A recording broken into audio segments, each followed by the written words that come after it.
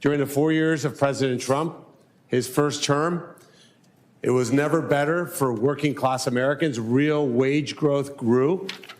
The middle class was doing better. Our economy was doing fantastic.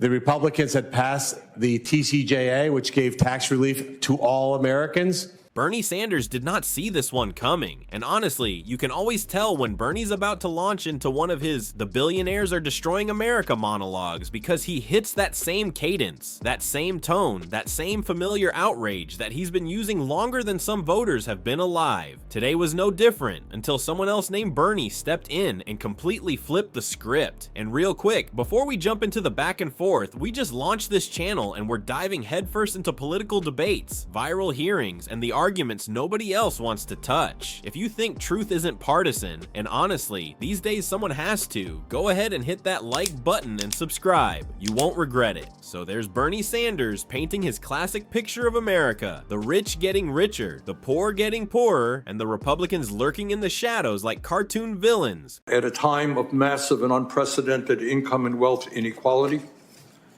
the Republicans look around them and they say, wow, we got three people owning more wealth than the bottom half of American society. Very richest people are becoming phenomenally richer. Working people are struggling. What's the solution? Well, obviously the solution is to give massive tax breaks to the rich and make a very bad situation even worse. It is apparently not good enough that the top 1% today own more wealth than the bottom 90%. That is rather phenomenal. But in my Republican colleagues' eyes, the wealthy and the powerful need even more help. 1% owning more wealth than the bottom 90%, just not good enough. We could do better than that. So not only should the very wealthy be asked to pay their fair share of taxes, the Republicans believe that we should give huge tax breaks to millionaires and billionaires.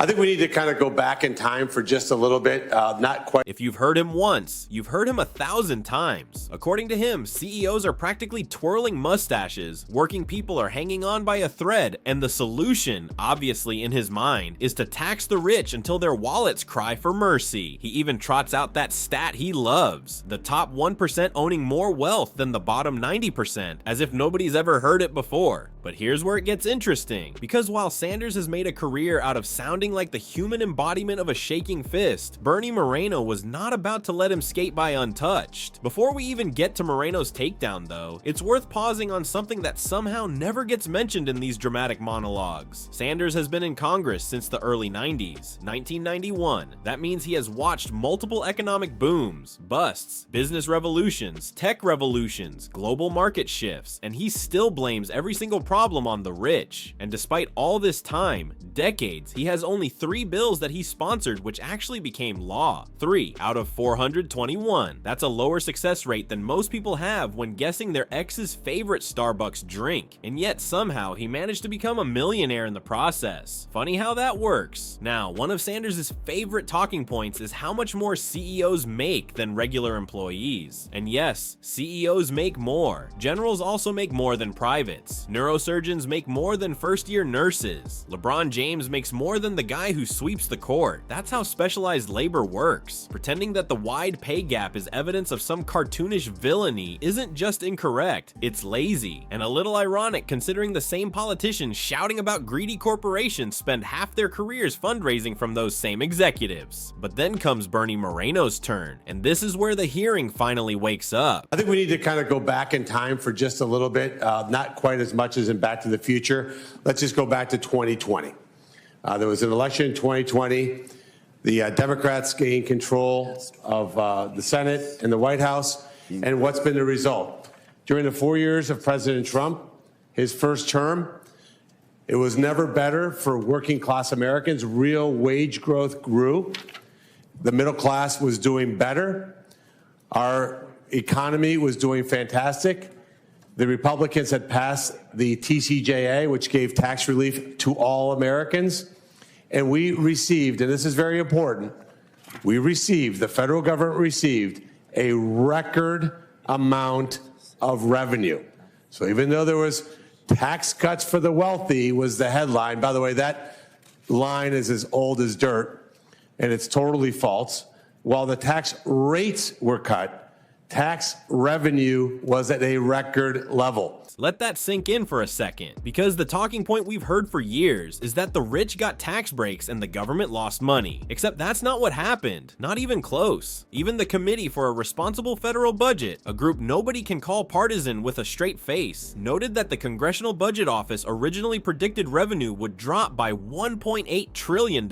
Instead, revenue actually came in $1.5 trillion higher than projected. Higher. That's not an opinion, that's math. And if there's one thing Washington hates, it's math that contradicts their favorite emotional arguments. And then there's the wage story. Inflation is always around in some form. You never get zero inflation unless your economy is falling apart. But real wage growth is what actually determines whether people are moving forward or sliding backward. During Trump's first term, people were gaining ground. Under Biden, not so much. A Texas A&M study basically charted the before and after. And suddenly, the dramatic rise in grocery bills, rent hikes, and shrinking paychecks doesn't look like a mystery anymore. Inflation soared, wages couldn't keep up, and regular Americans got caught in the middle. So when Moreno starts laying this out, you can practically feel the temperature in the room shift. When you give Democrats control of our budget, what happens?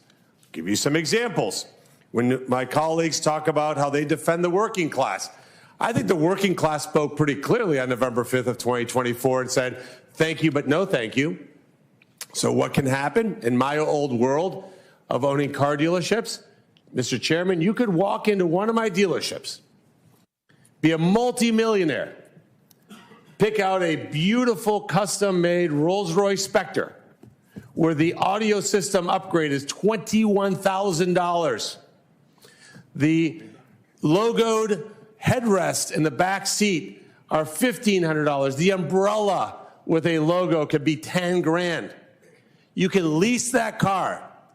And thanks to the amazing and remarkable policies from the Democrat Party, the federal government will give you a check for $7,500. Think about that for just a second. That is a bill that became law called the Inflation Reduction Act, giving Rolls-Royce lease customers Biden himself admitted after the fact that naming the bill the Inflation Reduction Act was a mistake because it really didn't have much to do with reducing inflation. Imagine passing a bill with a name so backward that even the president who signed it has to go, yeah, about that. But did Bernie Sanders call this out? Of course not, because blaming corporations for inflation is easier than admitting federal policies helped light the match. It's easier to wag your finger at grocery chains than acknowledge that Congress spent years shoveling trillions into the economy while pretending nothing bad would happen. How did that bill become law, you ask? Did it get 60 votes? Rigorous debate? No. They did it through reconciliation.